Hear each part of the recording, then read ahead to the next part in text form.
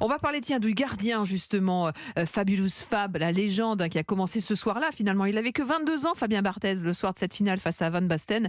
Écoutez-le, Jacques Vadroux, vous l'avez rencontré cette semaine et vous lui avez posé la question, est-ce qu'il repense souvent à ce soir-là?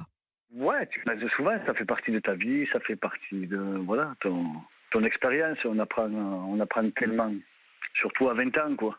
C'est l'un des grands souvenirs de votre vie avec le titre de champion du monde, évidemment. Oui, évidemment, ça reste un titre, mais t'es aux côtés de tellement de grands joueurs dans un événement comme la Champions League.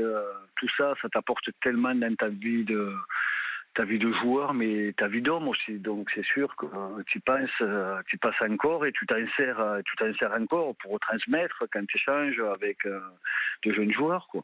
Qu'est-ce que tu te souviens précisément de ce match ? C'est des flashs, c'est des regards croisés.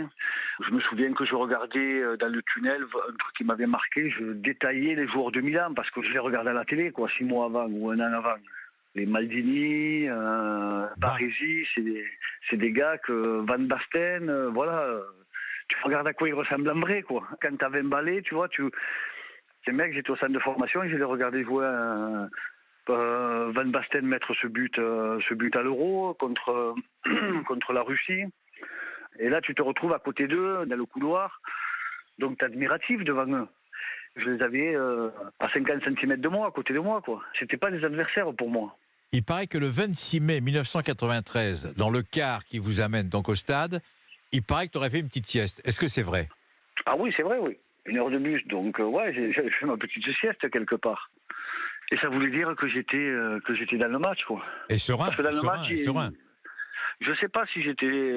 Oui, je pense que j'étais serein, mais j'étais heureux, ouais, d'aller faire un match dans ce stade mythique contre le Milan AC, le ballon, la musique, la Champions League, tous ces trucs. J'étais hyper heureux, ouais. Et le souvenir de Raymond Goethals, par exemple ? Ah, Raymond Goethals, ouais. Raymond Goethals, c'était... Ouais, une personnalité, il était là. Moi, je regardais, j'observais, j'écoutais, je regardais. Après, j'avais pas tellement d'échanges. À part une fois, il m'a fait arrêter un entraînement parce qu'il y avait un match 2 jours après qui voulait pas que je me blesse, qui m'a fait sortir du terrain. Mais bon, sinon, après, à 20 ans, tu sais, on vient pas trop t'as pas tellement d'échanges avec ce qu'on appelle, les entraîneurs, les dirigeants, tout ça. T'avais un balai, il faut rester à sa place. Mais c'est quand même, il y a 30 ans, un merveilleux souvenir dont tout le monde se souvient. Et du but de Basile Boli.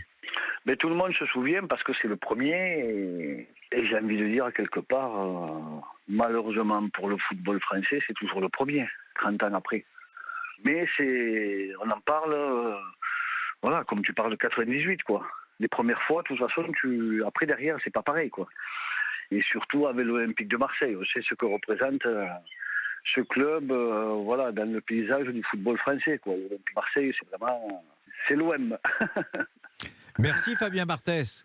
Merci d'avoir été sur Europe 1 pour rappeler ce merveilleux souvenir. Il y a 30 ans, c'était le 26 mai 1993. Ça ne nous rajeunit pas, ça. Fabien, hein ? Et on en prend une là. Mais bon... C'est pour ça, il faut profiter, c'est la vie. À bientôt Fabien, merci. À bientôt, merci. 30 ans après, on en prend une, on en prend tous une ce soir.